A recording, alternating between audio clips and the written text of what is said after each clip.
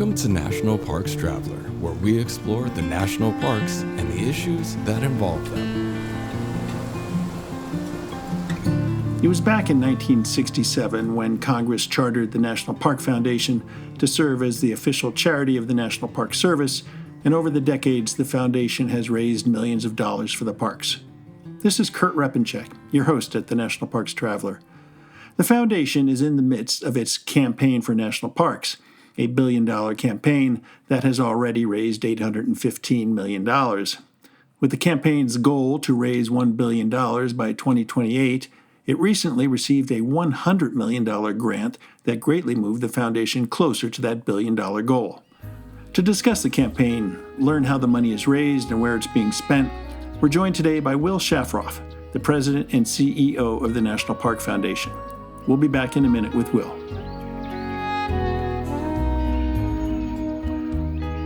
The Blue Ridge Parkway Foundation is the primary nonprofit fundraising partner for the Blue Ridge Parkway. It is made up of people who have a deep love for this majestic road and want to ensure that its natural beauty and the experiences it offers endure for generations to come. Show your appreciation at brpfoundation.org. Smokey's Life. Full of stunning photography and thought-provoking reads, Smokey's Life Journal is a biannual magazine produced by Smokey's Life, formerly the Great Smoky Mountains Association. Members receive it free of charge each spring and fall, and it is available for purchase in retail stores throughout Great Smoky Mountains National Park and online at smokieslife.org. Acadia National Park is one of the 10 most popular national parks in the United States. It is also one of the smallest and most vulnerable. That is why Friends of Acadia exists. Friends of Acadia is an independent organization of passionate people inspiring those who love this magnificent park to make a real and lasting difference for Acadia. You can make a difference at friendsofacadia.org. Listener and reader support make the National Parks Traveler possible every day of the year. If you enjoy the Traveler's content, please consider a donation at nationalparkstraveler.org. Welcome back to the Traveler, Will. Great to have you. Thanks, Kurt. Great to be back. So, campaign for national parks. What's that all about? When did you launch that? What's your goal? What's your aspirations? We launched it a few years ago. It's $1 billion campaign to support the national parks broadly. And we have four main, what we call pillars of this campaign that focus on the primary areas of it that we in the Park Service agreed were the most important things that the National Park Foundation could raise money for to support the critical needs of the national parks. Obviously, there are other critical needs of the national parks that we're not going to be as good at raising money for, like increased salaries and some of the deferred maintenance work, which are just more difficult to raise private money for. People view those as more of the responsibility of government. But the areas where we could really lean into and make an impact on the Park Service are four. One is around conserving parklands and wildlife and really the natural beauty of these places. Many of our foundational national parks, Yellowstone, Yosemite, Grand Canyon, et cetera, are really known for those natural features. And there's a lot we can do to support the Park Service in addressing some of the needs around wildlife. And this is probably the area that climate change touches on, but not exclusively this area. The climate change touches on a lot of different things that we focus on, but certainly the work around resilience, the kind of work that we're doing at Cape Cod National Seashore to restore our salt marsh grasslands that will hopefully create a more durable barrier to sea level rise, as an example of the kind of things we can do. That's number one. Number two is doing a better job of telling America's story. And those are the very broad stories around the civil rights movement, Latino Americans and Asian American Pacific Islanders, women in parks, a lot of the work we're doing with tribes and indigenous communities around telling their stories, and including and the work that we've done most recently helping to open up a new visitor center for the Stonewall National Monument in New York City. That kind of work is critically important for telling a broader story, and it's something that we in the Park Service think the foundation could be helpful on. Third is around connecting people to parks, significantly younger people, and people who haven't heretofore maybe felt as welcome or belonging in the parks. And so that's a big part of what we're doing, whether it be engaging Title I fourth graders in field trips, working with 16 to 25-year-olds on service corps projects in the parks. A lot of the work we're doing around junior ranger angler and just other ways to ensure that everybody feels a sense of welcoming and belonging in our parks. And finally, around visitor experience and how do we can modernize and improve the visitor experience for the people. And that is a pretty broad one, Kurt, and you understand that it could be around modernizing campgrounds, it could be around improving trails and their outdoor recreational experiences. It could be improving the transportation infrastructure and the mobility of people within the parks. But it's also about making sure that the employees of the Park Service have a quality place that they can call home. And so we've really leaned into housing as a new issue that we're supporting the Park Service on. And so that very broad frame of four areas represents the big goals of the Campaign for National Parks. Yeah, four areas that kind of go down a rabbit hole at times because there are so many needs out there across the park system. Before we get into some of those specifics, $1 billion campaign, is that the largest that the Park Foundation has ever launched? Yeah, the only campaign that we relaunched before was a $250 million campaign back in 2013. That was the internal launch. We publicly launched at 350 in 2016, and we ultimately raised $550 million when that campaign was over in 2018.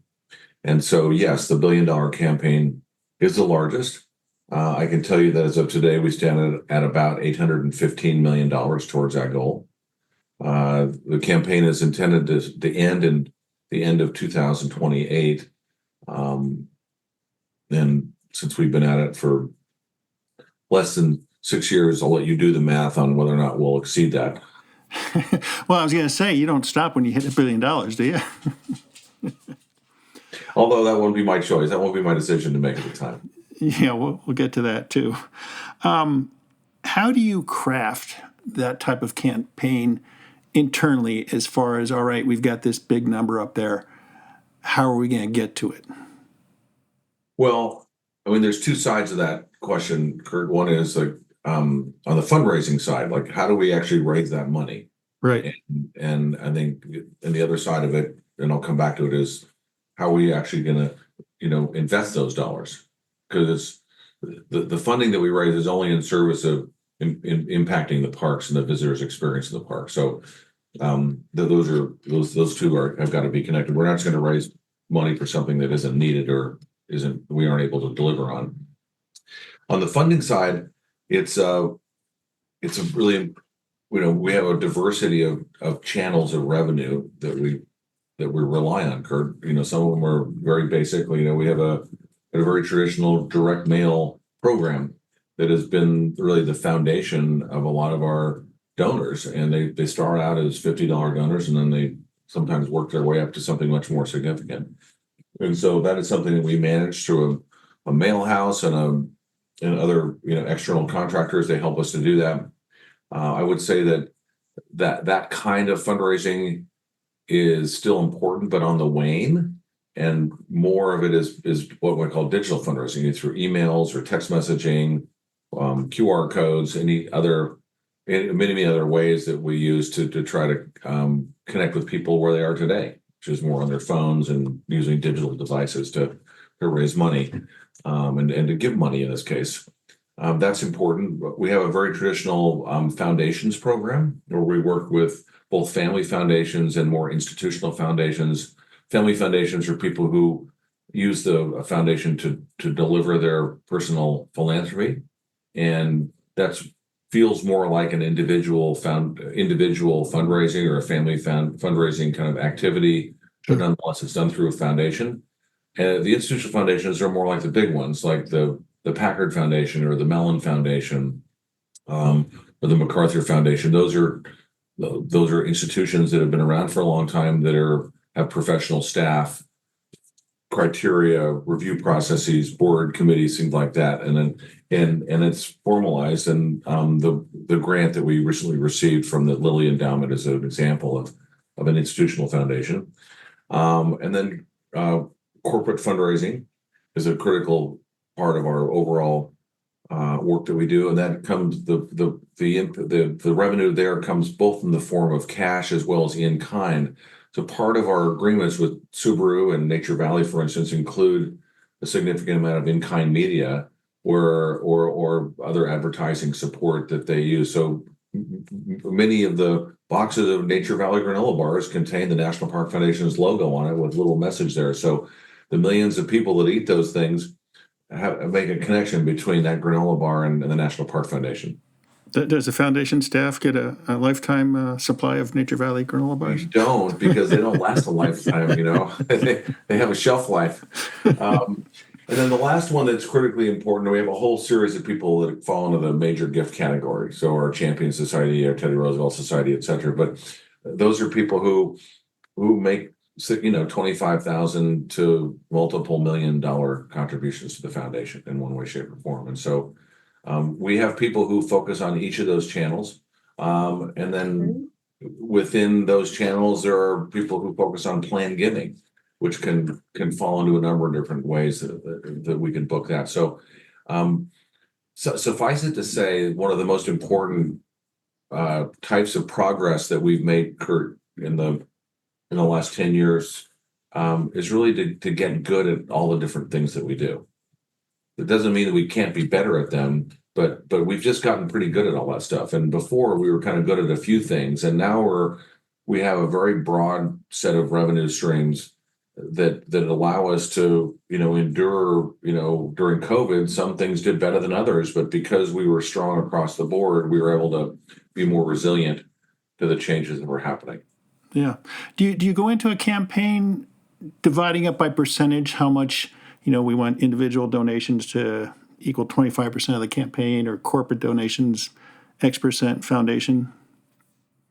Yeah, we did that, and then we have to adjust it every year based upon reality. Sure. Well, yeah. I mean, we just came through a period of inflation that I imagine might have slowed some donations. It might have, but it didn't. We could have predicted that it might have done that, but it turns out that it didn't. We've shown a pretty steady growth across all our different channels, and again, I think that's staying in market. And it turns out that I don't think that people necessarily believe they need to stop making charitable contributions even during some challenging or uncertain times. Mm-hmm. Say that there's more of a swing in the corporate sector when they feel those effects and they're kind of looking ahead. And so sometimes we have to, there's been maybe less growth than we thought some years with the corporate side. So yeah, and we just have to be in market and be prepared to pivot and adjust and change accordingly to meet people where they are. Yeah. Individual donations, are they a large part of that $815 million that you've raised so far? They are. I don't have the percentages off the top of my head, Kurt, but we can certainly get them for you. But it's, I think it's pretty close to 50. Somewhere north of 50%. 50%. Yeah. Wow. And I think that the big delta is that this year will show a significant increase in foundations for obvious reasons we'll talk about. But other years, foundations aren't that much. So it's we get these extraordinary gifts from time to time that skew the lines in any given year. So we try to look at that over the course of the campaign. I will say that I think that institutional foundations and large foundations are a place where the National Park Foundation may have increasing support from in the coming years, just because the foundation has grown to the point where we have the capacity to deliver larger grants over a longer period of time, based upon our relationships and working relationships and track record with both the Park Service and the park partners. This year, more than half the money that we delivered into the parks will go through park partner organizations and not through the Park Service directly. Right. You mentioned park partners. Part of the campaign, I believe, counts on park partners raising $3.5 billion on top of your $1 billion. Who are those park partners, and how do you envision them raising $3.5 billion? They are the 250 or so friends groups, Friends of Acadia, Yellowstone Forever, Yosemite Conservancy, etc., that work day to day on behalf of usually a park. Some of them work on behalf of more than one park. There's one up in Washington State, which covers North Cascades, Olympic, and Mount Rainier, for instance. And in addition to that, there are land trusts, the Conservation Fund, Trust for Public Land, American Battlefield Trust, in particular, who do a lot of work on behalf of the Park Service to buy in holdings and edge holdings and conduct real estate related work with the Park Service. There's also service corps that work across the country to deliver impact, or recruiting service corps and environmental education groups like the National Park Trust that has a really important program that they work on to focus on the Open Outdoors for Kids program, or Every Kid Outdoors program, whatever we're calling it, and other entities around historic preservation, et cetera. So all those organizations are collectively contributing, hundreds of millions of dollars every year to the cause. And honestly, based upon the progress to date right now, we're very confident that community will raise at least $3.5 billion during the time of our campaign. Wow, that's impressive. Very impressive. But you mentioned 250, I believe, park partners, friends groups, and whatnot. There's really just a handful, though, that bring in a lot of money. No, I mean, when you're looking at Friends of Acadia or Yellowstone Foundation or Yosemite Conservancy, I mean, there's a lot of friends groups out there that aren't quite at that level yet. No question about it. They're definitely tiers, but I would say this occurred in the last 10 years. The level of performance of the community as a whole has risen. Those big ones, Golden Gate, Yellowstone, Yosemite, et cetera, Acadia, continue to be high performers, but there are more and more organizations that are coming up. And an example is the Voyageurs Conservancy, which is Voyageurs National Parks Friends Groups. I happen to know them. I'm a donor to them, a donor of theirs, and they have grown from a single staff person to, I think they now have 7. Yeah. And so, they're not at the level of Golden Gate, but they're raising a lot of money. We just made a grant of north of $1 million to focus work on co-stewardship with the local tribe, the Ojibwe tribe, up in that part of the state. And they're capable now of managing that and doing that because their organization's gotten bigger and stronger and better at what they do over the last 8 years. It's been a dramatic change, and that's happening across the country with a lot of these groups. So I think what you said was a lot more true 10 years ago than it is today. There are organizations operating at a high level, and there's a whole lot more operating at the medium to high level. Yeah.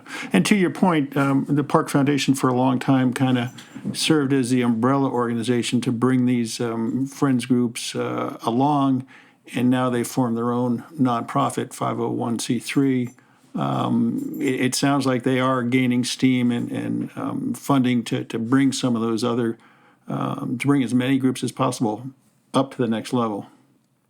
Yes, and I would just say that the work to support the capacity of the partner community is not something that we've stopped doing. In fact, we're doing more of that than we ever have. This year will be by far a record number of dollars going out, and we have a larger team to support the community. So yes, we have supported the establishment of the Friends Alliance, and we're completely locked arms with them in terms of the work we do, and we continue to do what we can do to raise more money to support that group. And a lot of that, some of that work goes through the Friends Alliance. So it feels like it's a really important, it's almost like a 4-legged stool now: the Park Service, the Friends Alliance, the Foundation, and the Friends Groups. So the four entities are really working together to enhance the ability for private dollars to support the parks. So, Will, one of the tiers, one of the priority areas is youth, getting youth more involved in national parks and introducing them to the outdoors. And this campaign has already funneled some money, I believe, into the Service Corps. Is that the 21st Century Conservation Service Corps vision that Sally Jewell started when she was Interior Secretary? Actually, it was Ken Salazar that started that back in the early years of the Obama administration. 21 CSC.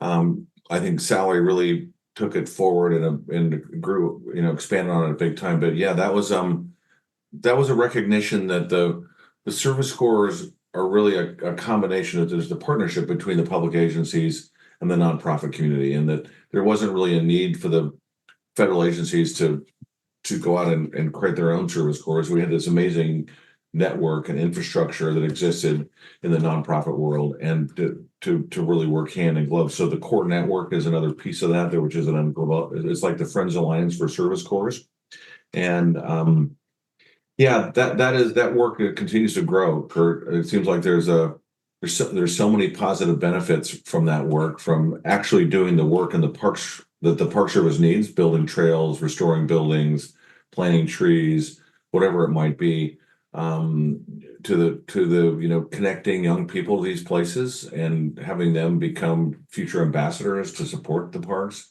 but also just giving these young people job skills and leadership skills that then they can take into their life. Some of whom will go into careers with public lands, and that's a great way to kind of leverage that work. So there's so many benefits from that work that we want to continue to become, an even bigger supporter of those organizations around the country. One of the things that I'm most excited about, Kurt, is providing seed funding and funding that's otherwise difficult for the government agencies to provide themselves. So we were the first donor to create the Indian Youth Service Corps, for instance, which is a brainchild of Secretary Holland, is to focus on tribal youth in areas adjacent to or nearby national parklands, and to have tribal youth work in those parks, not only to, again, you create those job skills, but also share some knowledge from the tribes to the parks, so that kind of co-management, co-stewardship can begin to happen. So back leading up to the Park Service Centennial in 2016, I had a conversation with then Park Service Director John Jarvis, and he was concerned that national parks were losing relevance with the American public. And of course, fortunately, the American public responded during the Park Service Centennial in 2016, and it's been upward ever since in terms of visitation to the national parks. Is that connecting with the youth as well? Are they more interested not only in national parks, but into getting into these service programs, these service corps? Yeah, a couple of different aspects to that question, Kurt. I think that, we were involved with the Find Your Park program to help create relevance among the multicultural millennials in particular, which were a demographic that wasn't showing up and wasn't terribly interested or knowledgeable about parks. And so the Find Your Park program helped to kind of awaken that generation. But I also just feel like that societally, people have just returned to the outdoors. I think COVID was a great example of that. We were kind of locked up in our houses all the time, and people recognize that we can go outside, and that's good for the spirit and good for the mind and the body. And so there was a big uptick in visitation, notwithstanding the fact that some of the parks were actually closed during portions of COVID. Visitation was still up. Last year, 325 million people visited the parks, and so I don't think that if anything, those numbers are going to just keep going up and up. And I'm more worried about, frankly, the impact of how we're going to manage all those people and how we're going to spread out the visitation. But that's a slightly different question. On the matter of demand for the service corps, there just doesn't seem to be an issue with that. I mean, we're paying a decent wage in the grants that we make to these service corps, and there are a lot of young people who are interested in serving in them. But the challenge we sometimes have is finding housing for these young people, just as it is a challenge for many parks, especially in areas where housing costs are high, to fill the seasonal jobs. And so we're just having to take a somewhat broader view of not just like, let's hire a XYZ service corps to do, this project to restore a trail. We have to think more holistically about, all right, where are we going to house these young people for these 12 weeks or whatever it is, and to ensure that project can actually happen. Yeah, that's a huge challenge, both for the service corps and for the seasonal workers in the park system. And it just never ceases. I know there's a lot of efforts out there with individual groups like Friends of Acadia has done some great work.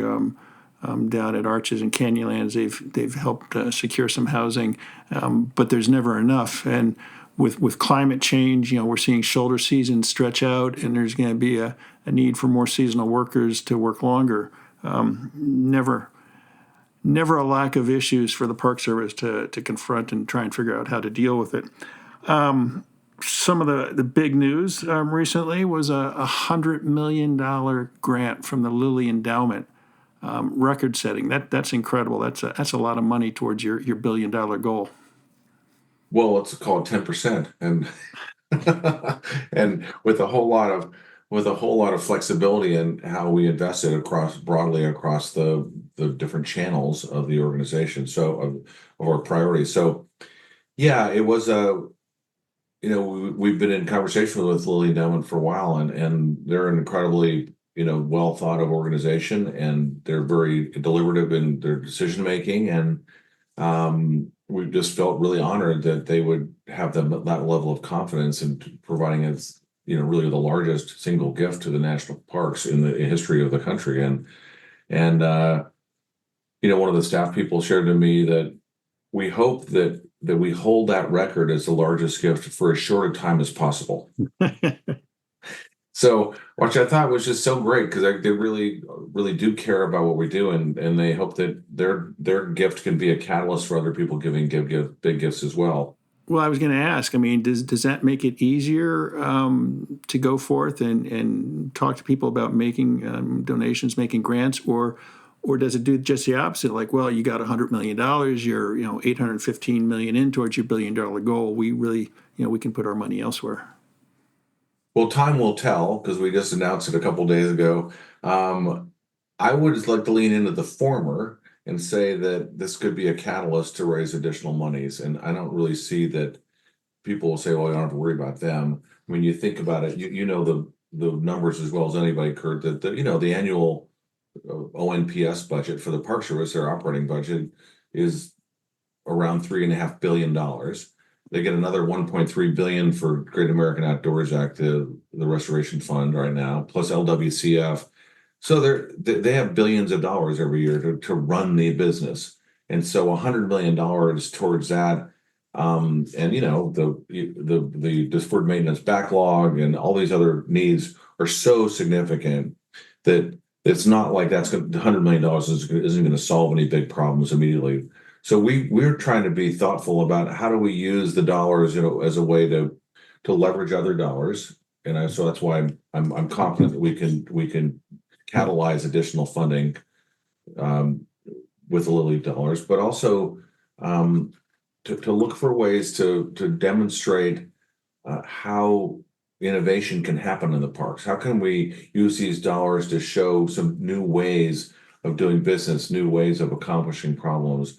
In the housing area, maybe it's a catalyst fund to try to catalyze additional investments in housing. And how do we invest dollars in that way? How do we continue to build the capacity of our partner community so that they can continue to raise more money and do more things on behalf of the parks? And then, how do we really focus on innovation? You and I have talked a bit about the piece of the work that we've been doing for the Park Service for many years now is to help them think about the future, whether it be a housing or digital technology or transportation or even the workforce. Because as a government agency, it's difficult to have 3 to 5 year funding for anything. They don't know what's going to happen in their budget. And Congress has changed their mind about things, and so we're over here on the side, and we have potentially some more stability to help hang in there and really dig into some of these issues, create some pilot projects, create some demonstrations, so that the Park Service can learn from that. And that's a piece that we want to really help the Park Service do more and more of in the future. Yeah. Now, I'm sure the money doesn't go out as fast as it comes in, because it takes time to identify projects and go through all the planning and decision making. So I imagine a good amount of this $815 million is invested in short-term bonds or something, CDs. $100 million. Yeah. No, the $815 million out of the total.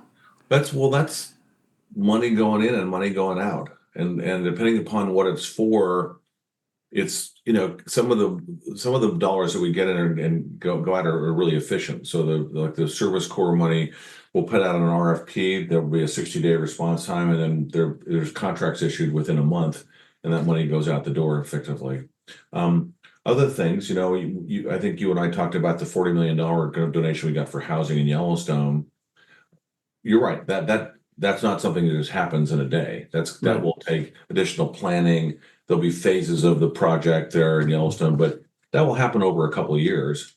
And so depending upon, what it is, we have, this is getting in the weeds a little bit, but we do have an investment policy that recognizes that we have short-term needs, medium-term needs, and long-term needs, and we try to invest those dollars accordingly to maximize our return on them while they're waiting to be spent.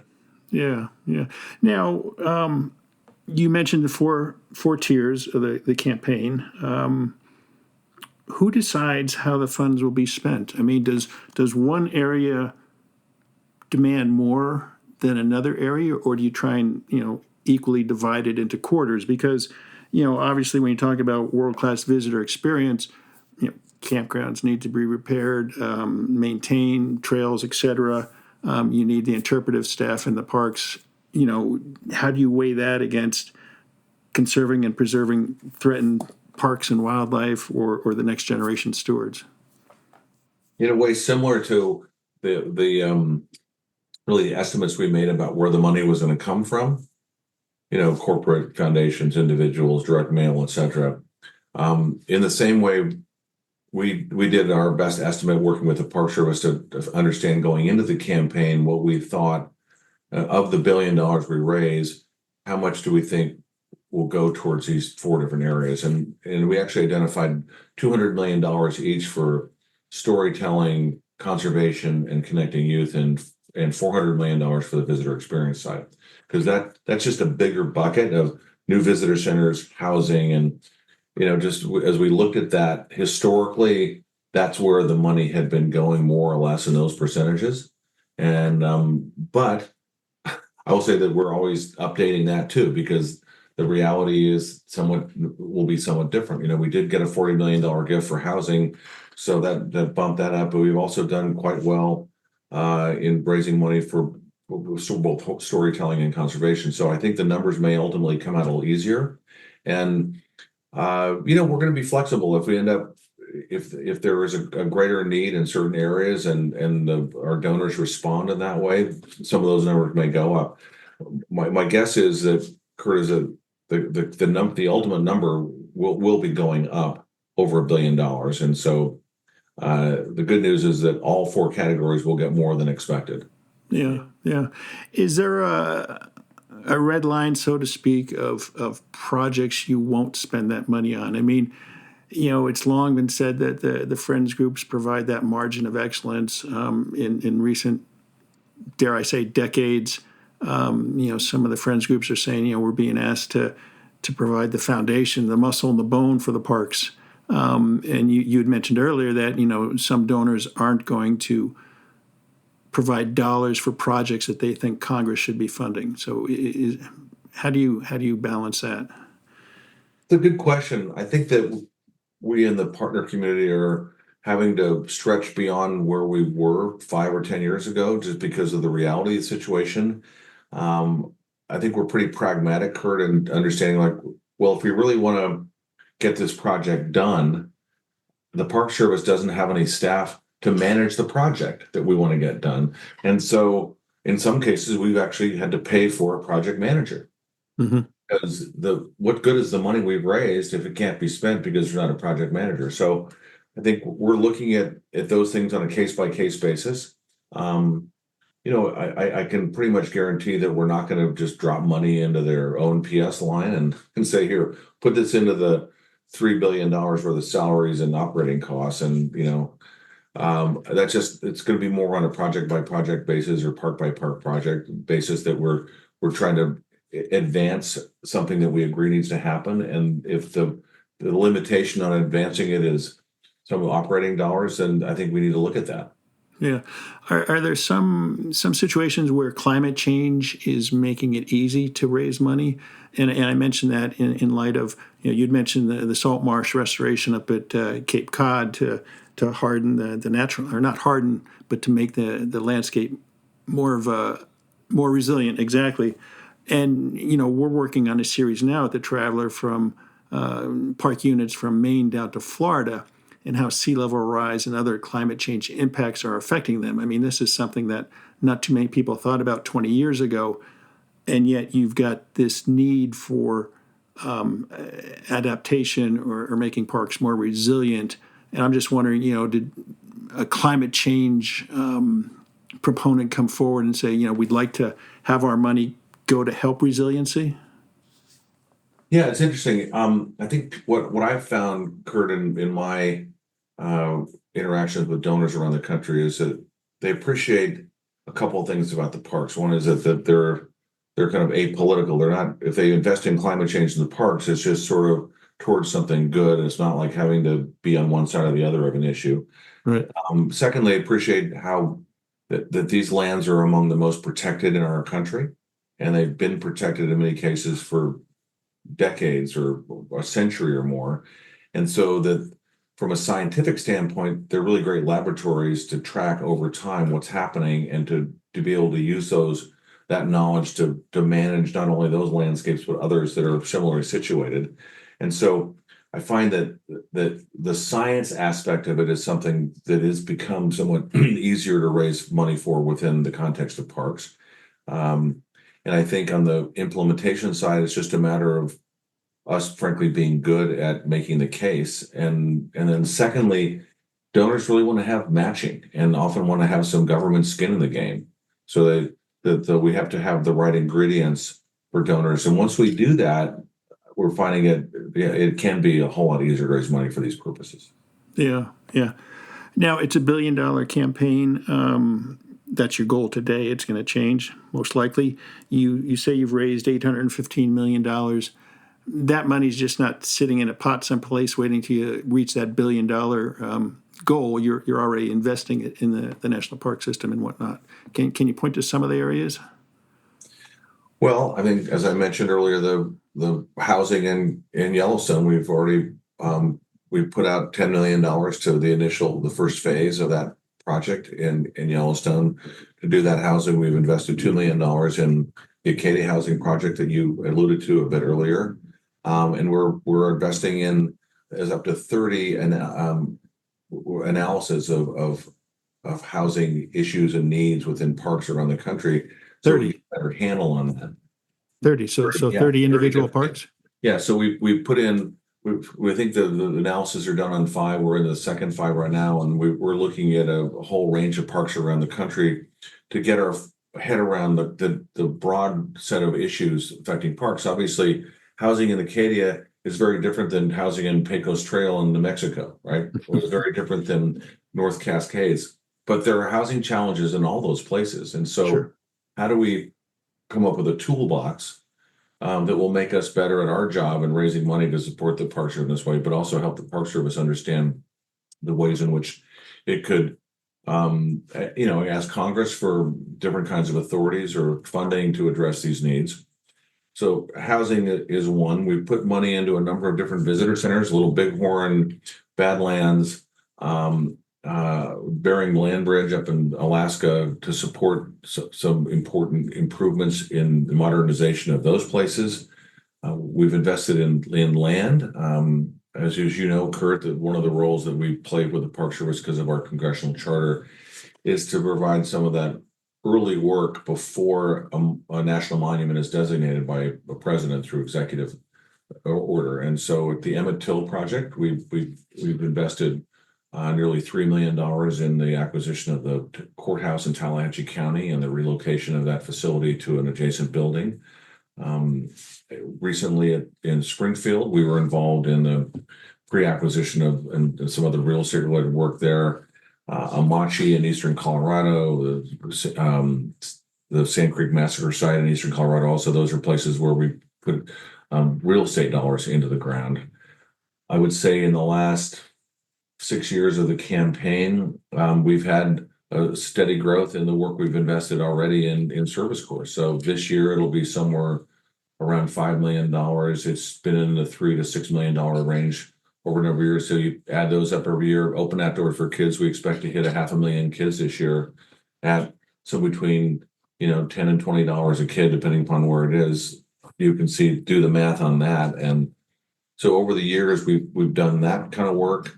And then this significant investments through campaign dollars into the storytelling around the country, whether it be on the acquisition side, like we did in the that important school site in Marfa, Texas, that tells the story of the Mexican American segregated school system, and as well as all the work in the South of MLK, the birth and life home for MLK, as well as all the sites up and down around the South and the East, up and down the Eastern Seaboard. So those are specific examples of ways that, and again, for you and your readers and your listeners, we'd be happy to send some specific information. But yeah, it's a very long list that I could spend the next half an hour going through if you let me.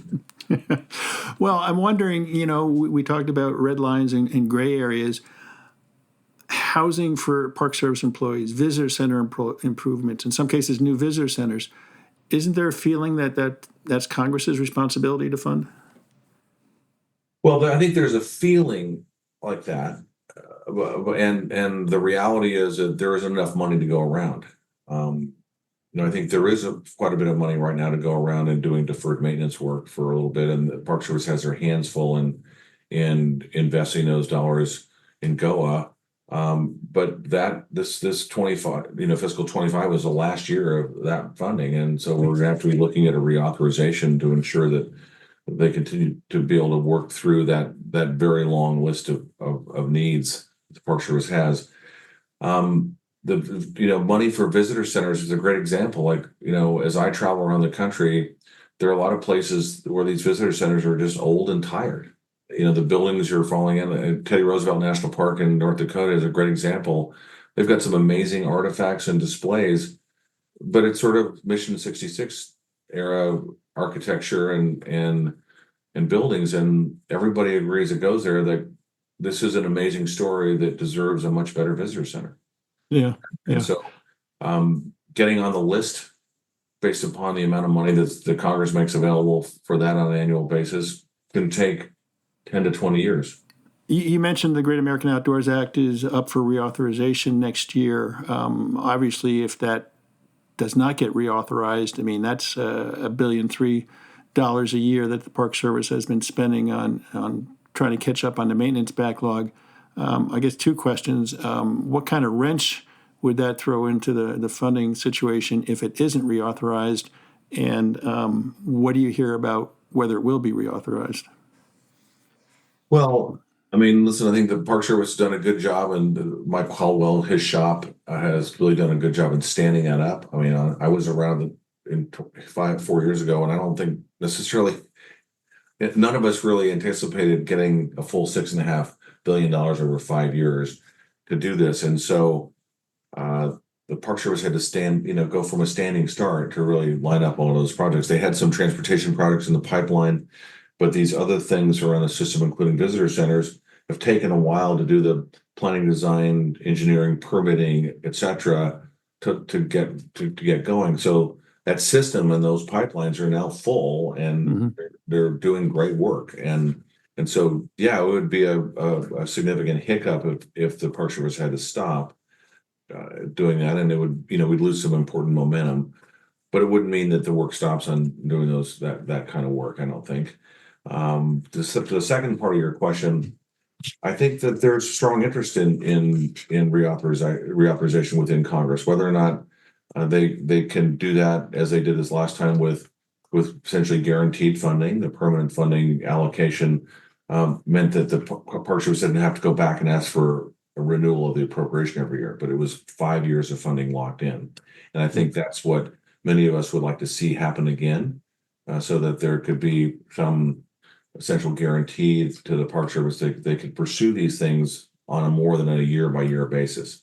To have that 5 years of funding changes the whole game in terms of how they're able to invest those dollars and do all that front end work to make sure it happens. So I'm optimistic that it will get reauthorized. I don't know exactly what the number will be, and I'm not positive that we can get it done next year, but I think we're all aiming in that direction, Kurt. Yeah, yeah.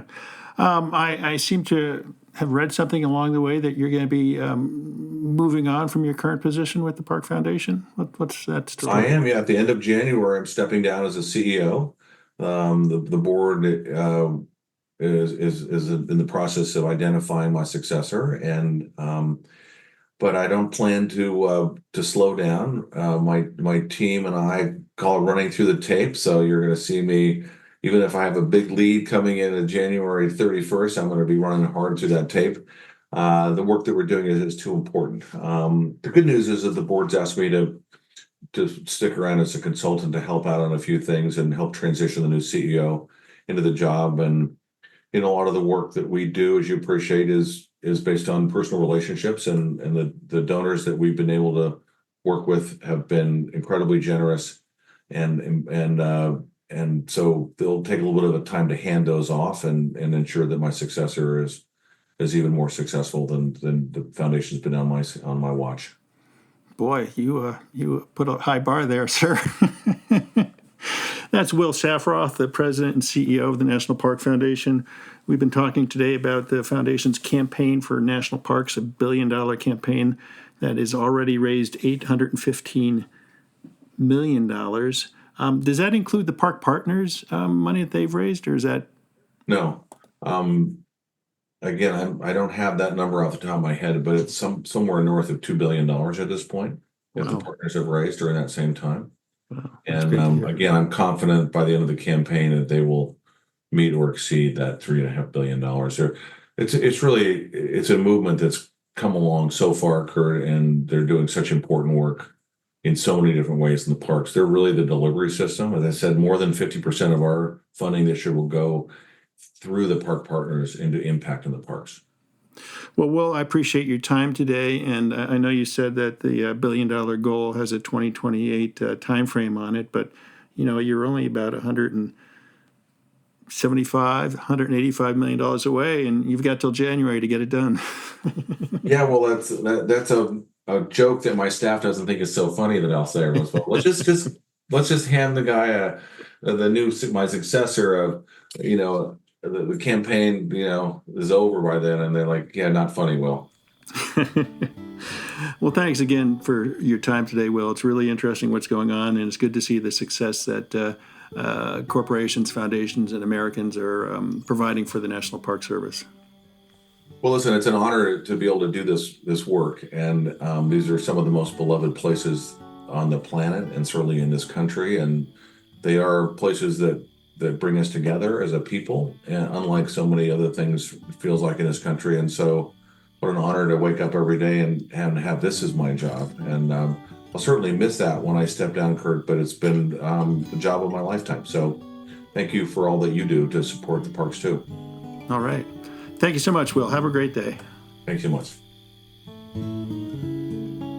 That's our show for this week. We hope you found it interesting. If you want to support the campaign with a donation, you can learn how at nationalparks.org. For The Traveler, this is Kurt Repenchek. See you in the parks.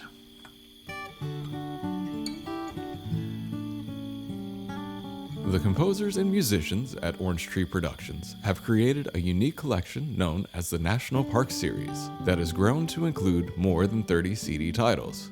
Composed against the backdrop of a park's sounds of nature, these musical scores will connect you with these beautiful places and take you there, at least in your mind.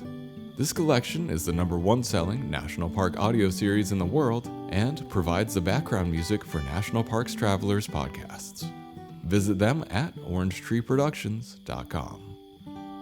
Editing and production work for the National Parks Traveler podcast is done by Splitbeard Productions. You can learn more about us at splitbeardproductions.com. National Parks Traveler is a 501c3 nonprofit media organization that provides daily editorial coverage of national parks and protected areas.